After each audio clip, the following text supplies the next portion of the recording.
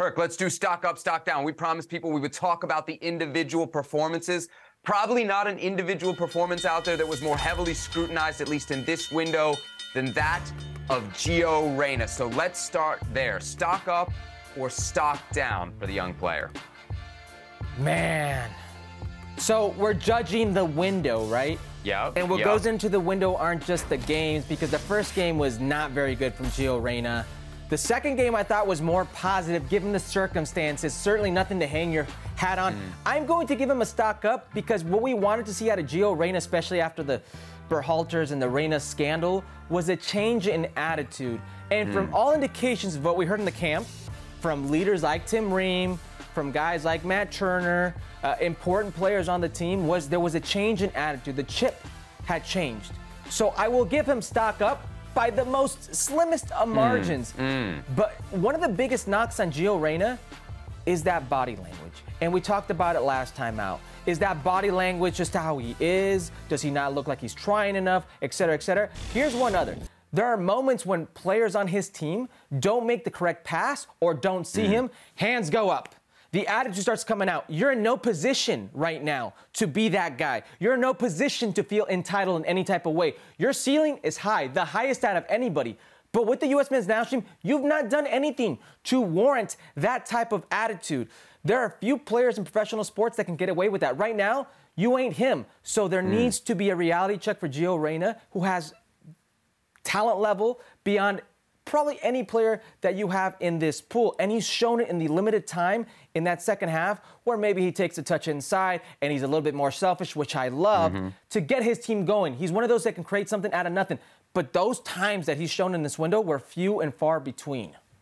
That's what I'm saying, right? He gets back-to-back starts. So you felt like Anthony Hudson, the coaching staff, were saying to the player, not only do we want you in camp, not only do we want to put the past behind us, we want to give you an opportunity that you need, not just for the U.S. national team, but think about what's going on with him at Borussia Dortmund right now. He needed minutes. He needed playing time.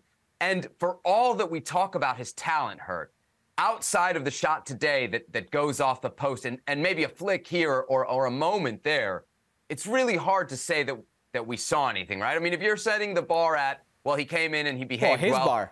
His bar. Certainly that's progress. But we didn't see anything like the Gio Reyna that we expect or hope to see back, right? No. And it isn't like we're talking about his ceiling, what he can do. Just what he's already done with the U.S. men's national team. We didn't even see today or versus Granada surface level to that. That magical run versus the Mexican national team, you know. Certain things that he's done. The first game in El Salvador, when he gets injured, he was actually one of the better players in that game, the opening window. There are moments when Gio Reyna has really responded in a U.S. men's national team jersey. The CONCACAF Nations League final versus Mexico, where you say, wow, what is this? It's his bar, and he didn't get there. It's because of what we heard during camp, I will give him the stock up because his stock was really down in the eyes of many. Okay. I got to give him a stock down for this window, perhaps because of my high expectations for the player and because that position is packed, Herc. You know that if you're going to impress and lock down a starting spot in one of those wide positions, maybe centrally, even in midfield. Yeah. Okay, but either one of those, there's pretty stiff competition for playing time. So he needs to stand out if he's going to take somebody's job. And I don't know that, for me anyway, in these two games, he did enough. What about Daryl Dike? We talk a lot about the number 9. How did Daryl Dike do in this window? Came in hot, scoring lots of goals in the championship. What do you think, Herc? Yeah, he comes on in a limited cameo versus Granada. He was there, he was active, but you're like, okay, it was just a limited role. Well, he gets to start. This was what everybody wanted. We wanted to see that player, the big, physical, imposing player that was supposed to dominate central defenders. It's a stock down. He didn't dominate those defenders. He wasn't even a factor in it. In fact, what makes this a bigger stock down is he had such little impact in the game, and when he comes off, it was a matter of seconds before Ricardo Pepi made his mark in the game. Ricardo Pepi, who's not physically imposing, who's not that fast, he's not that strong, in a matter of seconds, maybe a minute in his first touch, bodies a defender, creates the space, and in the most classiest of finishes says, hey, this is my position, thanks for coming. It's a stock down for Daryl Dike, which I had high hopes for. But Ricardo Pepi, what can you say about this player besides he should have been in Qatar? It's a travesty that he wasn't in Qatar. And when I heard Ricardo Pepi on that podcast say that when Greg Berhalter told him he wasn't going, he didn't respond, he just hung up. This man is out there to prove something. That something is, I should have been in Qatar. Give me my time. Give me my position. I can't wait for the battle if and when it is Folarin Balogun who is fighting for time with them. I'll agree with you here that it's a stock down for Daryl Dike, and a lot of that has to do with Ricardo Pepi coming in and scoring in 1 minute. Also, what Ricardo Pepi did in the first game, I think, probably gives him the edge. Generally, I feel like with Daryl Dike at the national team level, I've always been a little underwhelmed. He's produced obviously at club level, but at national team level, I feel like I'm still waiting for that first great performance from him in a U.S. shirt. So I'll give him a He had that stock opportunity down. in Gold Cup, but he injured his shoulder, so many of us gave him a pass for it. Okay, what about Alex, not Alejandro, Alex Zendejas? Stock up or stock down? You think people were focused on Gio Reyna. They were focused on Zendejas this window as well. Now cap-tied the United States. Yeah, it's the window, so I'm going to give him a stock up. Listen, you come in on your debut and you score a goal. You were very active in those 25-plus minutes that you're on the field. As the window on a whole, you made your mark. You're going to get more opportunities, so that's a stock up, right? This game, I thought he struggled. Like many in the U.S. men's national team jersey, I thought there were very few bright spots, honestly. One of those bright spots was probably a Miles Robinson, a Ricardo Pepi. But other than that, I'm really struggling to come up with these other bright spots. I thought he was like the rest. So I'm going to give him stock up for the window. But I felt at times, for being asked to play as a winger, and I told you I don't see him as a winger, and I've told you that I don't think he sees himself as a winger. I think he sees himself as a central player, as an 8, box to box. He comes in centrally, and I think that's when he gets himself in trouble, where he got himself in trouble with the U.S. men's national team.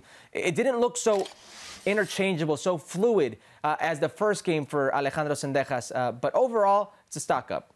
Man, I feel very strict here. I'm giving him a stock down again, maybe just down to my expectations, seeing this player, not every week recently because he's been injured, but pretty much every week with Futbol Americas. There's a productivity that I expect from him that wasn't there today. You mean like a goal? Again, yeah, I'd like a goal. Oh, okay. I'd like an assist. I'd like, a little something from Alejandro Zendejas. And honestly, I think I would also suggest that going back to the January camp. Right? Like, I don't think we've seen Futbol Americas Zendejas with the national team. Maybe that's too much to ask, but I'm not handing him a stock up. Well, you actually didn't like him in January camp. Most people did, which is strange. What? That most people disagree with me? I think that's actually pretty normal. Really quick. Any ups for you outside of Ricardo Pepi? Anybody that you want to throw an up at? Miles Robinson. Listen, we spoke to him at MLS Media Day. 26 years old, coming off a Achilles tear, the tendon tear. It's not an easy thing to do, coming back on turf with Atlanta United, a player who I think has a European future. He was very bright. He's one of the more athletic players on the team, good presence, very good in kind of taking those fires out, putting those fires out before they even start. I thought he did extremely well. It's important to have a player like him next to a Tim Ream, especially a Tim Ream who's going to be flying across the Atlantic when he does come for the U.S. men's national team. So I thought he was stellar, very impressive, and what I called a sea of bad to be tame. All right, so the U.S. beats El Salvador 1-0 in Orlando. That means they win their group in the CONCACAF Nations League. They're going to the Final Four in Las Vegas later this summer. Well, thank you very much for watching ESPN on YouTube. For more sports highlights and analysis, be sure to download the ESPN app. And for live streaming, premium content, and let's not forget as well, ESPN FC 7 days a week. Subscribe to ESPN+.